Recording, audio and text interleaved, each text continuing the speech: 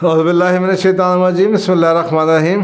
पांचवा सवाल जी फिर उसी बारे में है कि बिज़नेस और इकॉनमी आजकल काफ़ी डाउन है, तो क्या किया जाए। देखें, ये तो जो है ये तो अब चलेगा।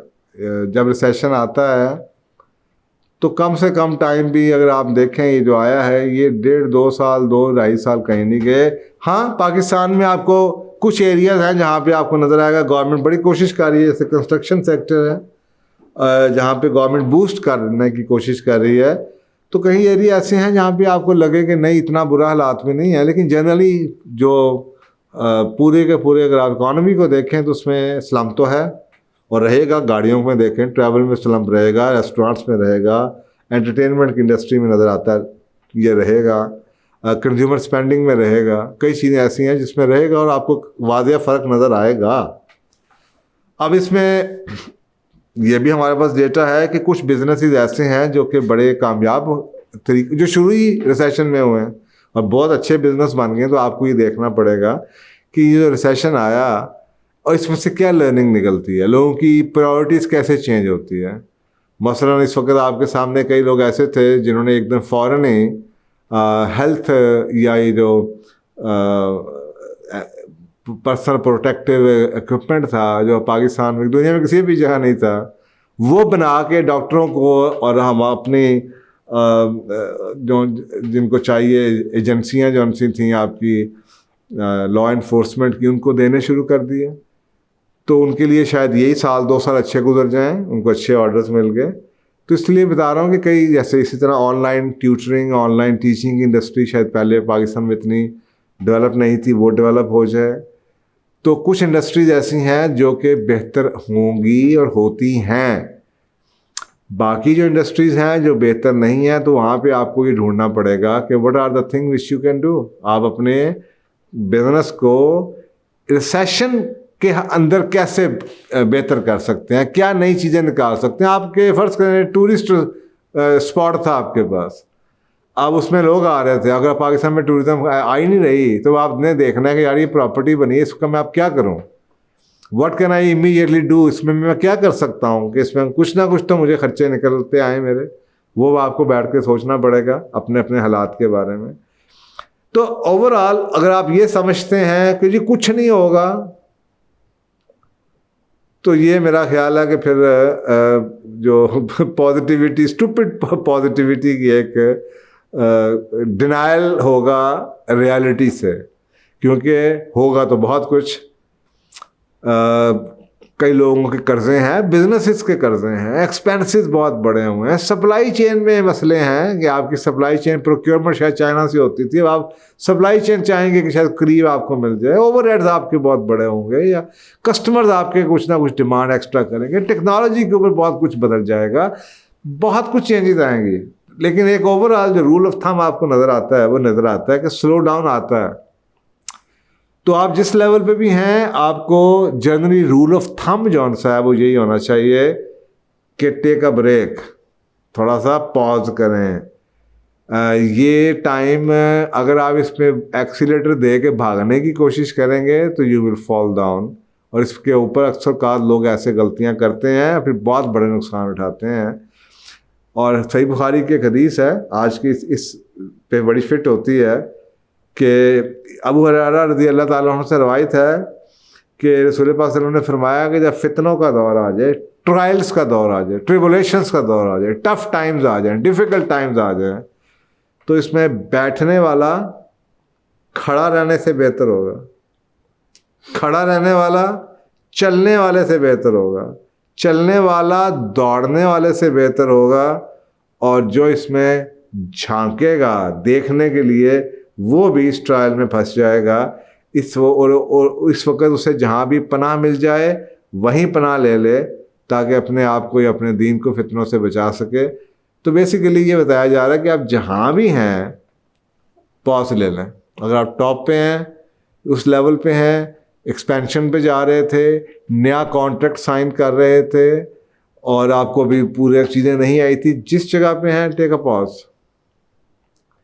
देखें कि इसमें अगला जो आप सेशन के बाद आया क्या फ़र्क आया। तो जनरली स्पीकिंग बिजनेस की ग्रोथ जनरली स्पीकिंग बहुत चीज़ों की ग्रोथ इंडस्ट्री की इस रिसेशन में स्लो होती है, और ये फैक्ट ऑफ लाइफ है।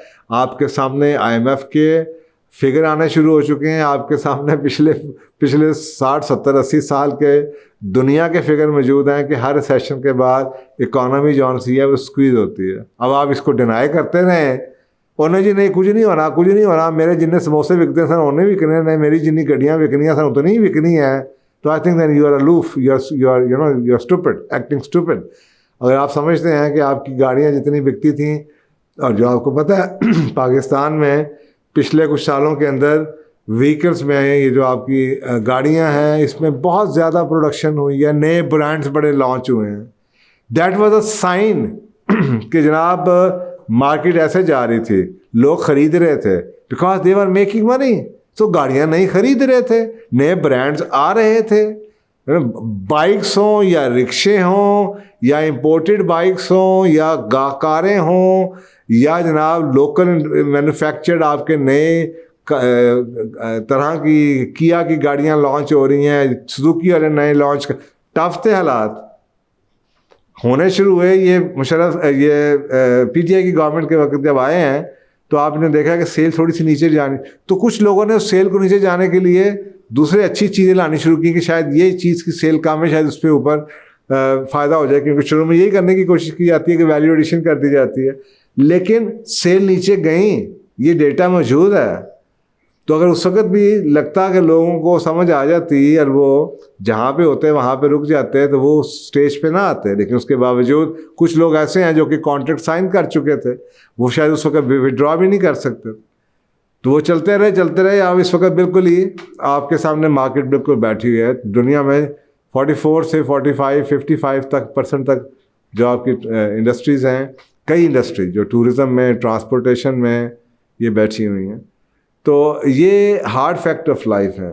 तो इसमें रूल ऑफ थंब यही है, अपनी इंडस्ट्री का आप एनालिसिस कीजिए, जो भी आप जॉब है उसका एनालिसिस कीजिए, जो भी काम करते हैं उसका एनालिसिस कीजिए, बैठें, लेकिन इसको उससे करने के से पहले ज़रूरी है टेक अ पॉज। हदीस कहती है हर लेवल पे पिछले लेवल वाला बंदा बेहतर है।